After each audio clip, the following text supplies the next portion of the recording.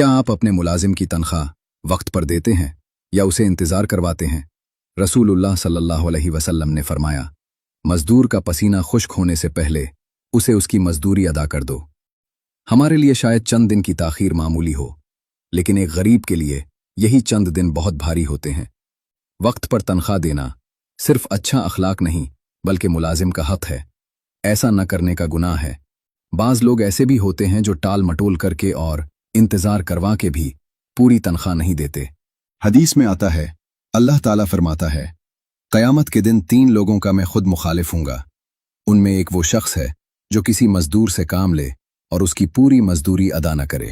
इस बात से डरें कहीं मुलाजिम नाराज़ होकर आपको बद्दुआ न दे दे या घर घर जाके बदनामी न करता फिरे कि ये अपने मुलाजिमों को वक्त पे तनख्वाह तक नहीं देते।